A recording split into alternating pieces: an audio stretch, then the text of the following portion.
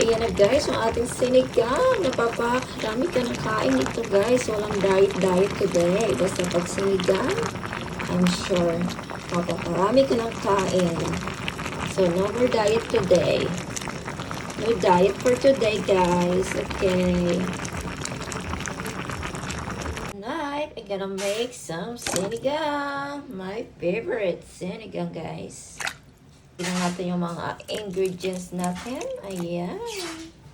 So, ayan na guys. Kumukulo na yung tubig natin. Ayan. Dudurugin lang natin yung ating tamarind or sampalok. Ayan. Para lumabas ang kanyang asin. Lagay natin yung ating radish and yung gabi. Ayan. Lagay natin yung ating sili. Don't be silly. So, ayan siya guys. So, ayun guys, lalagyan natin yung ating karne. Ayan. Para sa ating sinigang. Pork sinigang. Ayan, lalagyan naman natin yung ating sitaw, saka okra guys. Ayan. Masarap pag maraming gulay. So, ayun guys, marami talaga tong gulay ng aking sinigang. Ayan.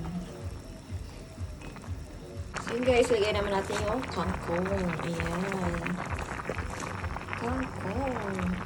So ito na guys yung ating sinigang sa baboy. Ayan. Ang dami yung gulay. Gusto kasi guys, marami siyang gulay. Kasi mahilig ako sa gulay. So ayun na siya. Luto ng ating sinigang. Masarap siya guys kasi first sampal yung ginamit natin.